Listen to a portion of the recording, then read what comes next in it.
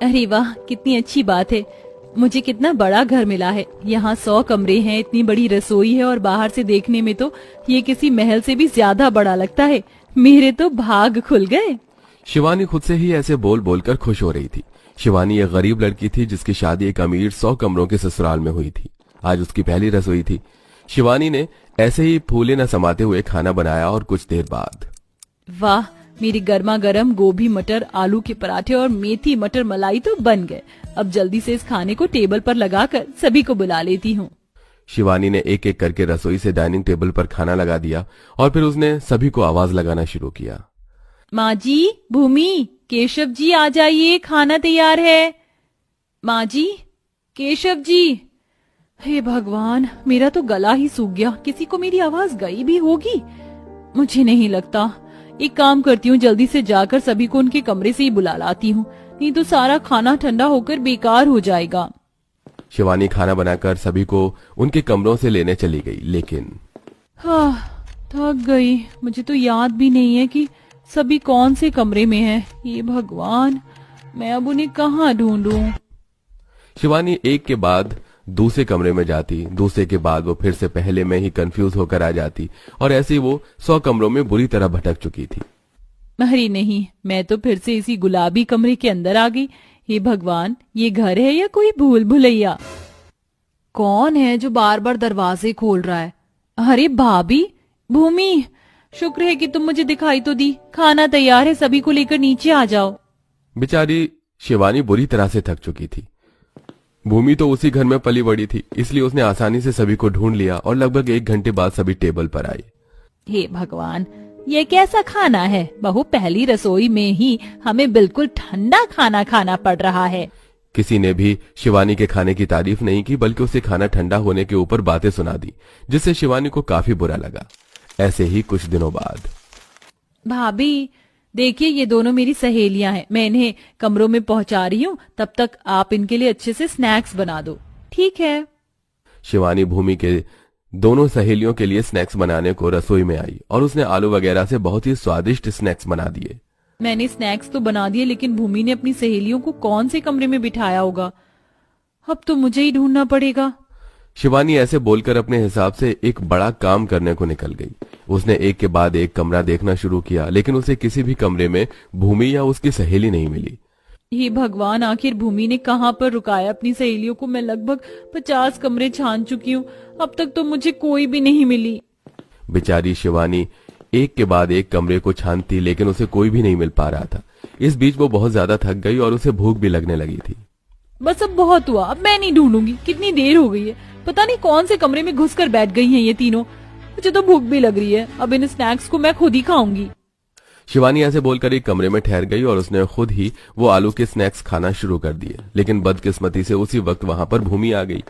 ओह gosh भाभी, मैंने आपसे खाने के लिए स्नैक्स बनवाए थे वहाँ कमरे में। मैं इतनी देर से स्नैक्स का वेट कर रही हूँ और आप यहाँ आराम से खुद बैठकर खा रही हो। नहीं भूमि, मेरी बात सुनो। वो मैं बस कुछ नहीं सुनना मुझे। अरे भाभी, थोड़ी तो शर्म कर लो। मैंने बस सुना ही था कि गरीब लोग बस अपना उल्लू सीधा करने जानते हैं, लेकिन आज देख भी लिया। भूमि ऐसे बोलकर गुस्से में दरवाजा पटकती हुई वहां से चली गई। उसके ऐसे बर्ताव से शिवानी को दुख भी हुआ और गुस्सा भी आया। जब रात को सभी खाने के लिए बैठे तब शिवानी अपनी सास और पति से बोली, माँ जी, केशव जी, मुझे आपसे कुछ बात करनी थी। वो मैं कहना चाहती थी कि 100 कमरे घर में होना बुरा नहीं है, लेकिन इससे मुझे बहुत दिक्कतें होती हैं। कभी कभी डर भी लगता है। तो बस जितने कमरों में रिहाइश है आप उन्हें खुला रहने दीजिए और जो ऐसे ही पड़े रहते हैं उन्हें बंद ही रहने दो। नहीं, बिल्कुल भी नहीं बहू, हमें तो कोई दिक्कत नहीं होती। और बात रही डर की, तो कौन सा ये भूत बंगला है, हमारा ही घर है।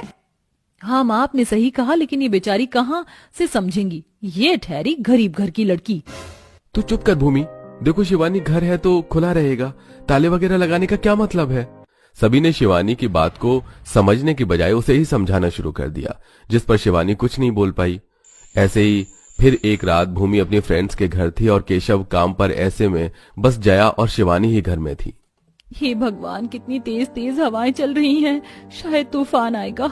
घर में आज केशव जी भी नहीं है। काम करती हूँ, माँ के पास चली जाती हूँ। शिवानी घबराकर बस जया के पास को जा ही रही थी कि तभी घर की लाइट चली गई और पूरे 100 कमरों के घर में अंधेरा हो गया। शिवानी और जया भी पास पास नहीं थे। हे भगवान, मौसम खराब होने की वजह से बिजली चली गई, अब क्या करूं? माँ जी, माँ जी, क्या आप आसपास हैं? लगता है कि माँ जी भी मेरी आवाज को नहीं सुन पा रही हैं। अब क्या करूं? शिवानी ने अपनी जगह पर से निकलना बेहतर नहीं समझा और वो वहीं अपने बेड पर चादर तान कर बैठ गई। हे भगवान, कितनी तेज तेज बादल गरज रहा है। न जाने बहू 100 कमरों में से कौन से कमरे में होगी। मुझे तो बहुत डर लग रहा है। क्या मेरे कान बजे या ये सच में किसी की पायल की आवाज थी?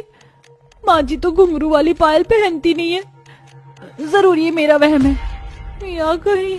भगवान बचा लो। दोनों सास बहू को ऐसे ही गलतफहमी हो रही थी और वो दोनों बुरी तरह डरी हुई थी। पूरे घर में अंधेरा था और ऐसे में सुबह तक बिजली नहीं आई। सुबह को ही मौसम साफ हुआ और दोनों सास बहू अपने कमरों से निकली।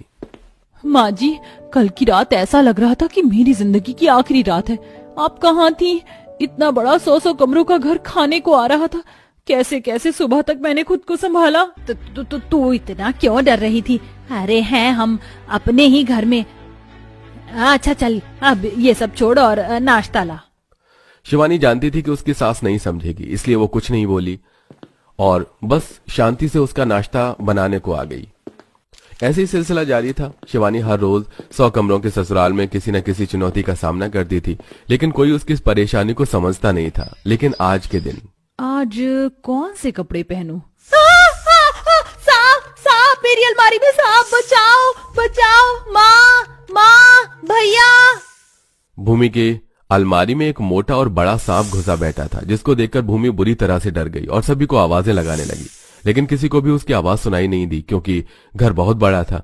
अंत में भूमि डर की वजह से बिना अलमारी को बंद किए ही भाग गई और उसने सभी को इस बारे में बताया। हे भगवान, घर में सांप है, मैं अब क्या करूं?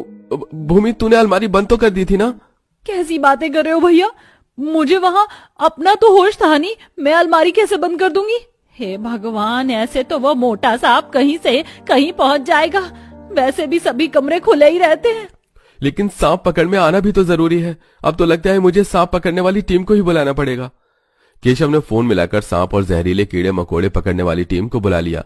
टीम जल्द से उनके घर पहुंची और लगभग 5 घंटे छानबीन करने के बाद उन्हें सांप के साथ साथ और भी जहरीले कीड़े मकोड़े मिले।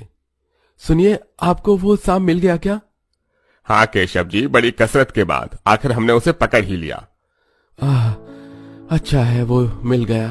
आपको क्या देना है? हमें 15,000 रुपए दे दीजिए। 15,000? लेकिन आप तो 5,000 में काम करते हो ना? हाँ करते हैं केशव जी, लेकिन आपके घर के 100 कमरों से सांप निकालना आसान नहीं था। यहाँ हमें 5 घंटे लग गए और हर एक कमरे में कहीं बिच्छू तो कहीं गिरगिट, ऐसे जहरीले कीड़े मकोड़े घर बनाए हुए थे। हमने उन्हें भी तो पकड़ा है, इसीलिए इतना चार्ज बैठा। एकदम से 15,000 देने होंगे। अगर इतने पैसे नहीं आपके पास हैं तो 100 के 100 कमरों को खुला क्यों रखते हो? वैसे मैं आपकी प्राइवेट लाइफ में इंटरफियर नहीं कर रहा हूं, लेकिन आप बस 4-5 लोग 100 कमरों में करते क्या है जो ये सब के सब खुले पड़े हैं? मेरा मतलब, कमरे घर में ज्यादा होना अच्छा है, लेकिन ऐसे कौन सब कमरों को खुला रखता है? अब देखिए, अगर यही कमरे बंद होते तो सांप उनके अंदर नहीं जा पाते, और जब सांप जा ही नहीं पाता तो आपके इतने पैसे भी नहीं उठते। टीम वाले की बात सुनकर सभी को एहसास हुआ कि 100 के 100 कमरे खुले रखना जरूरी नहीं है। जितने लोग घर में हों बस उतने ही कमरों को खोलना चाहिए। जिसके बाद जया ने ही सभी कमरों पर ताला लगवा दिया। अब अगर कोई घर में मेहमान आता था तो कमरे खोले जाते, नहीं तो बस रिहाइश लायक कमरों में सभी अब रहना सहना करते थे। तुम लोग हमारे साथ ऐसा भी कर सकते हो, अपने कभी नहीं सोचा था। अरे तुम बच्चे हमें ये दिन भी दिखाओगे, इसकी हमने कल्पना भी नहीं की थी। देख रही हो ना करुणा, हमारे बच्चों ने हमारे साथ क्या किया। हाँ जी, आखिर अरुणा और महेश अपने किन बच्चों को किस बात के लिए इतना कुछ कह रहे थे, लेकिन इन बच्चों ने अपने माँ बाप के साथ ऐसा भी क्या किया था? आइए जानने के लिए कहानी में कुछ समय पीछे चलते हैं, जहां मध्यम वर्गीय घर में 2 देवरानी जेठानी एक साथ मिलकर खाना पका रही थी। चलो आज शाम को मैं चिकन बनाऊंगी, बस जल्दी से ये गोभी आलू की सब्जी खत्म हो जाए। दीदी, आप ये क्या बोल रही हो? आज सोमवार है, आज शाम को आप चिकन नहीं बनाएंगी, समझिए आप? क्यों नहीं बना सकती? सोमवार ही तो है, कौन से शनिवार है? मेरा चिकन खाने का बहुत मन है और मैं चिकन बनाऊंगी। वैसे भी पापा जी को भी चिकन बहुत पसंद है। अरे मैं आपको मना कर रही हूँ, आपको समझ नहीं आ रहा है क्या? रहने दीजिए ना, वैसे भी शाम के लिए मैंने सब्जी काट ली है। हद है अनीता, अगली बार तुम कोई सब्जी मत काटना, मुझसे भी पूछ लिया करो ताकि मैं भी अपने मन का बना लूं। ठीक है दीदी, कल बना लेना। अगले दिन करिश्मा चिकन लेकर आ जाती और सुबह चिकन बनाने जाती, तभी अनीता कहती है, ओहो दीदी आपने क्या कर दिया? दैया रे दैया, अरे आज मंगलवार है, मंगलवार, शनिवार को तो बिल्कुल भी घर में नॉनवेज नहीं आना चाहिए। आप एक दिन और रख लेते, कल बनाकर खा लेती। हद कर दी दीदी आपने। मैंने हद कर दी? अरे तुमने ही तो कल कहा था कि कल बना लेना, फिर तुमने मुझे कल ही क्यों नहीं बनाने दिया जब मंगलवार शनिवार होता है? क्यों ड्रामा कर रही थी? यही चीज मुझे तुम्हारी पसंद नहीं आती है। अरे दीदी अब जो भी हो छोड़ो ना, क्यों कलेश कर रही हो? मैं नहीं, तुम कलेश कर रही हो। छोड़ो, आज मैं खाना ही नहीं बना रही हूँ। तभी सास अरुणा आकर कहती है, अरे क्या हो गया बहुओं, तुम दोनों क्यों लड़ रही हो सुबह सुबह? चुपचाप से शांति से खाना बना लिया करो। माँ जी, देवरानी जी के रहते शांति से खाना कैसे बनेगा? वैसे मैं जेठानी नहीं हूँ, जेठानी तो वो है जो सारा मेन्यू डिसाइड करती है। ओहो, तुम लोगों की भी ना चिक चिक रोज की है, कुछ नहीं हो सकता तुम्हारा। मैं तो जा रही हूँ, तुम्हारे पापा जी चाय नाश्ता का इंतजार कर रहे हैं, उनके लिए लाओ तो मेरे लिए भी ले आना। ऐसा कहकर सास और करिश्मा अपने अपने कमरे में चले जाते हैं और अनीता अकेले खाने की तैयारी करती है। फिर चाय नाश्ता सबको परोसती है। नाश्ते के बाद महेश कहता है, क्या बात है, आज बड़ी बहू का मुंह गोलगप्पे की तरह फूला क्यों है? हाँ? अरे छोटी बहू, अब क्या कर दिया तुमने? अरे पापा जी, मैंने तो बस सोमवार मंगलवार की वजह से दीदी को नॉनवेज बनाने से मना किया था, इसी बात पर दीदी गप। देख रही हो ना माँ जी, कैसे मेरी एक्टिंग कर रही है। बस कर बहू। चलो भाई हम चलते हैं, काम के लिए लेट हो रहा है। आप सब लोग कैरी ऑन। हाँ, दोनों के पति काम पर चले जाते हैं। अगले दिन करिश्मा अपनी सहेली तनु से कॉल पर बात कर रही थी। हाँ और बता, कितने दिन से तुझे मैं फोन कर रही हूँ पर तू तो मुझसे बात ही नहीं करती, कहाँ बिजी थी? अरे यार, मैं मेरे सास ससुर की 50वीं सालगिरह थी ना, तो उसी की तैयारी में लगी थी। बहुत सारी चीज अरेंज करनी थी मुझे, और तुझे पता है उनके लिए हमने वरमाला सेरेमनी करवाई, रिंग सेरेमनी करवाई, दोबारा से शादी करवाई, सारी रस्म के साथ, और केटरिंग को लगवाया। बहुत अच्छा अच्छा खाना बनवाया। पता है मेरे सास ससुर इस सरप्राइज से बहुत ज्यादा खुश हो गए थे। तो बस उन सब चीजों से अब फ्री हुई हूँ तो मैंने तुझे कॉल किया। सच में तेरे सास ससुर तो बहुत खुश हुए होंगे ना 50वीं सालगिरह मनाकर? अरे बहुत, इस बात की खुशी ही अलग होती है। मैं तो कहती हूँ तुझे भी अपने सास ससुर के साथ सेलिब्रेट कर लेना चाहिए, ये दिन बार बार नहीं आते। वैसे तूने बात तो बिल्कुल सही की है, लेकिन लोगों को तो मम्मी जी पापा जी की सालगिरह याद ही नहीं है, हम बनाएंगे कैसे? व्हाट? अरे यार तुम लोग कैसे लोग हो, फिर तो तुम लोग अपने सास ससुर को कभी खुश नहीं रख पाओगे। बताओ, बच्चे होकर तुम्हें याद नहीं है, अब वो थोड़ी ना याद रखेंगे इस बुढ़ापे की उम्र में। चल ठीक है, मैं रख रही हूँ, बाय। कॉल कट हो जाता है और अपनी सहेली की बात सुन करिश्मा परेशान हो जाती है। उसे परेशान देख देवरानी पूछती है, क्या बात है दीदी, आप परेशान हो? मुझे बताओ ना, इतना क्यों सोच में डूबी हो सुबह से? अरे हमें माँ जी पापा जी की शादी की सालगिरह नहीं पता, कब आती है? मेरी सहेली ने उन्हें 50वीं सालगिरह की पार्टी दी थी, तभी उसने मुझसे पूछा। मैं भी पार्टी देना चाहती हूँ, पर सच में हमें तो पता ही नहीं है। लेकिन अगर हम उनके लिए 50वीं सालगिरह को मनाते हैं तो वो बहुत ज्यादा खुश होते हैं। दीदी, माँ जी पापा जी की 50वीं सालगिरह मनाने का आइडिया अच्छा है, और हम किसी तरीके से या उनके बड़े बूढ़े या दोस्त वगैरह से पूछ सकते हैं, फिर हम भी उनकी सालगिरह को मनाएंगे। बड़ी बुआ जी है ना, शीला बुआ, उनकी याददाश्त बहुत तेज है, भले ही बुढ़िया हो गई हूँ, उनके पास चलते हैं, हम बातों ही बातों में वो पता लगा लेंगे। हाँ चल चल। दोनों देवरानी जेठानी शीला बुआ के पास जाने को तैयार होती है कि सास टोक देती है, अरे किधर चली देवरानी जेठानी, ऐसे तो तुम दोनों की इतनी भिड़ती रहती है। अब वो माँ जी कुछ सामान लेना था ना, तो इसलिए साथ जाना पड़ रहा है, वरना आपको तो पता है हम दोनों की पट्टी कहाँ है। इतना कहते ही करिश्मा अनीता निकल जाती है और वो शीला बुआ के पास पहुंचकर बातों ही बातों में सालगिरह की डेट निकलवा लेती हैं। क्या हुआ जी, 25 जनवरी आने में तो सिर्फ एक ही हफ्ता बाकी, एक हफ्ते में हम उनकी तैयारी कैसे कर पाएंगे? क्या, कौन सी बीमारी तैयारी करनी है? ओहो, बुआ जी की याददाश्त तो तेज है लेकिन कान खराब है। चल अनीता, हम यहाँ से निकलते हैं। पपीता कहाँ है? पपीता मुझे तो दे दो पपीता। देवरानी जेठानी हाथ पकड़कर वहाँ से निकल लेती हैं और अपने पति को घर आने पर 50वीं सालगिरह के बारे में बताती हैं। मतलब हमारे पास एक हफ्ता है 50वीं सालगिरह मनाने के लिए, हमें बहुत तैयारी करनी होगी, केक और पकवान वगैरह भी बने। पकवान में तो बहुत ज्यादा पैसे लगते हैं। अजी पकवान की टेंशन आप मत लीजिए, मुझे सब कुछ बनाने आता है, मैं पार्टी में सारी तैयारी कर दूंगी।